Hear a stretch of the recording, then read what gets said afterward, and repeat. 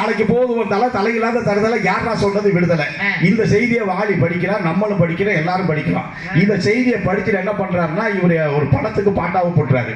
ஒன்றும் இல்லை, இந்த திருவிழா நடக்குது அப்படின்னா ஒரு ஆடு வெட்டுறதுக்கு முன்னால ஒரு ஆட்டை வாங்கிட்டு வந்து ஒரு இடத்துல கட்டி போட்டுக்கோன்னா அந்த ஆடு மேய போகுது. மேய போற சமயத்துல அங்க இருக்கக்கூடிய ஒரு அந்த நண்டு வந்து பாக்குது, இது மேஞ்சிட்டு நாளைக்கு தான் உன்னை வெட்டி சாகடிக்க போறானே, இன்னைக்கு போய் நீ தின்னுகிட்டு இருக்கிற எவ்வளவு புல்லுன்னு கேட்குதுங்க. இதுதாங்க இலக்கியம். இதை கொண்டாந்து போட்டு ஒரு படத்துல போட்டாரு பாருங்க. இத பாருங்க, இது வந்து சாதாரண 4 காலரை ஒரு வாழற நாளைக்கு போதும் தலையில்லாத தருதல யாரா சொன்னதை விடுத. அவன் சொல்றான், ஆத்தோரமேயோ குறுபாடு அத போட்டா நமக்கு சாப்பாடு, ஆத்தோரமேயோ குறுபாடு அத போட்டா நமக்கு சாப்பாடு, அண்ணாக்கு ஆடுறா வெங்கடா